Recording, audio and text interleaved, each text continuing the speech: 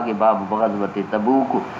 حالانکہ ترتیب کے لحاظ سے تبوک کا غزوہ پہلے ہے، حجۃ الوداع بعد میں ہے، لیکن امام بخاری رحمۃ اللہ علیہ نے یہ ترتیب بدلی ہے اس وجہ سے کہ تاکہ آخری عمل جو ہے جہاد رہے، اسی وجہ سے بدلی ہے.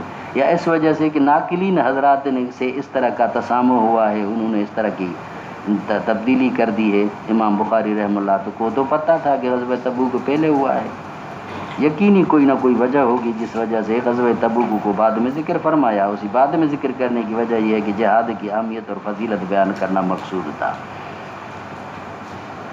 وہ یہ غزوۃ اسرہ، اس کو غزوۃ اسرہ بھی کہا جاتا ہے، تنگی والا غزوہ بھی اسی کو کہا جاتا ہے. یہ حضور صلی اللہ علیہ وسلم کا رومیوں کے ساتھ، عیسائیوں کے ساتھ دوسرا مقابلہ ہے.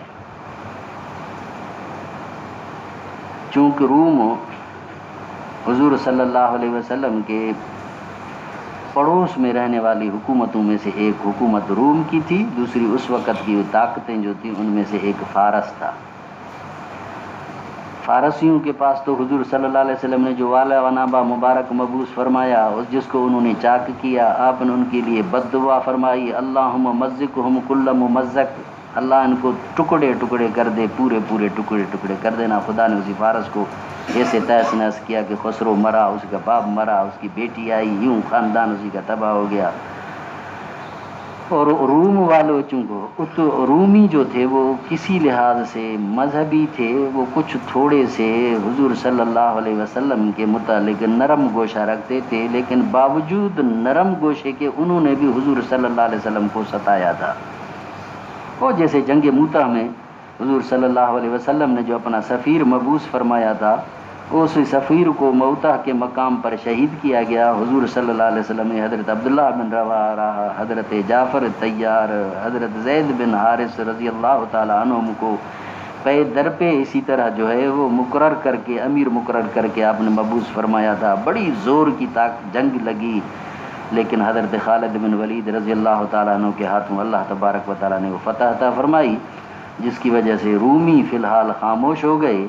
اب جب حضور صلی اللہ علیہ وسلم کو 9 ہجری کے اندر یہ پتہ لگا، چونکہ اس طرح کے لوگوں کا تجارتی طور پر آنا جانا ہوتا تھا، آپ کو کسی ذریعے سے یہ معلوم ہو گیا کہ روم کے لوگوں نے، روم کے بادشاہ نے ان نصرانیوں کو جو نجران وغیرہ کے علاقوں کے، اس طرح کے شام کے علاقوں کے جو رہنے والے ہیں، انہوں نے اس سے مدد طلب کی ہے، اور انہوں نے قباد نامی اپنے امیر کو رئیس لشکر کر کے مبعوث کیا ہے، بھیجا ہے، جو مدینے پر حملے کی تیاری کر رہا ہے. ہزاروں کا لشکر وہ جمع کر چکا ہے. حضور صلی اللہ علیہ وسلم کو جب اسی کا علم ہوا تو آپ صلی اللہ علیہ وسلم نے ان کے آنے سے پہلے خود حضور صلی اللہ علیہ وسلم نے پیش قدمی فرمائی، اور غزوہ تبوک کے لیے آپ نے عام اعلان فرما دیا. باقاعدہ لوگوں کو بتلایا گیا کہ ہم تبوک کی طرف جائیں گے، لہذا تم اسی حالات کے مطابق، موسم کے مطابق، سفر کے مطابق تم پوری تیاری کرو.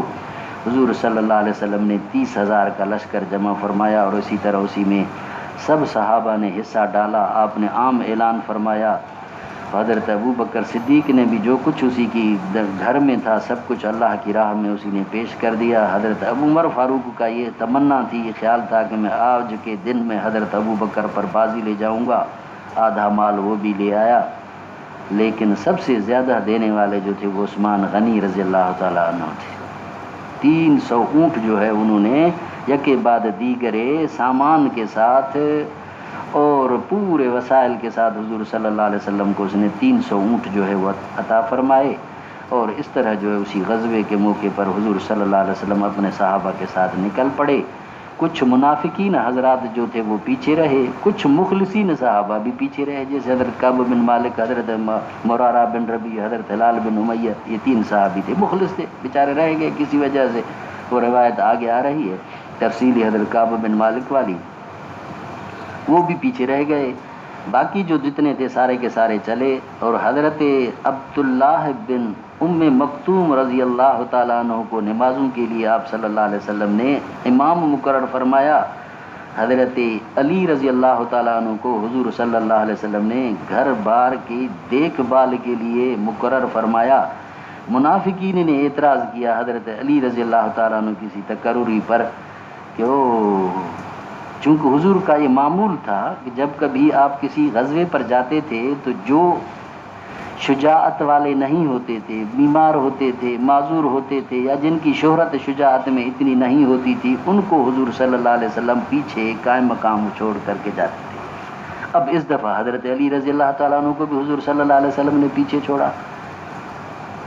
منافقین نے حضرت علی رضی اللہ تعالیٰ عنہ کے اسی تقرری پر انہوں نے پروپیگنڈا کر دیا، اوہو علی تو بڑے شجاعت آدمی تھے، ان کو تو انہوں نے حضور نے پیچھے چھوڑ دیا، بچوں کو کھلانے کے لیے، ان کو بہلانے کے لیے حضرت علی کو چھوڑ دیا۔ منافقین نے اعتراض کیا، حضور صلی اللہ علیہ وسلم کے پاس حضرت علی خدمت اقدس میں گئے اور اب عرض کیا کہ حضرت آپ مجھے بچوں پر چھوڑ کے جا رہے ہیں۔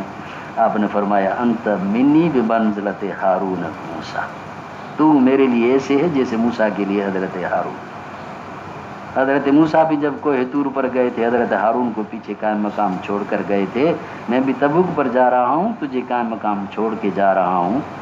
یہ حضرت صلی اللہ علیہ وسلم کو یقینی طور پر علم تھا کہ حضرت ہارون حضرت موسیٰ علیہ السلام سے پہلے فوت ہو گئے تھے۔ حضرت صلی اللہ علیہ وسلم کو خبر تھی، ہمیں بھی تو حضور نے خبر بتلائی نا، ہمیں تو وہ وہاں سے پتہ چلا۔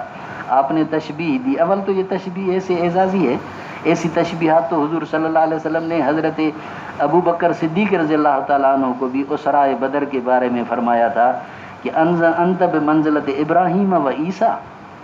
حضرت ابو بکر صدیق نے یہ تجویز دی تھی نا کہ آپ ان کو فدیہ لے کر آپ ان کو چھوڑ دیں، تو حضور صلی اللہ علیہ وسلم نے حضرت ابو بکر صدیق کو فرمایا تو حضرت عیسیٰ اور حضرت ابراہیم کی طرح ہے، چونکہ حضرت عیسیٰ علیہ السلام نے بھی اپنی قوم کے لیے قابل ترحم جملہ فرمایا تھا نا کہ جب تک میں تھا تو تب تک تو مجھے پتہ تھا، باقی ان تغفر لہم فانہم عبادک، اگر آپ ان کو بخشیں گے تیرے بندے ہیں۔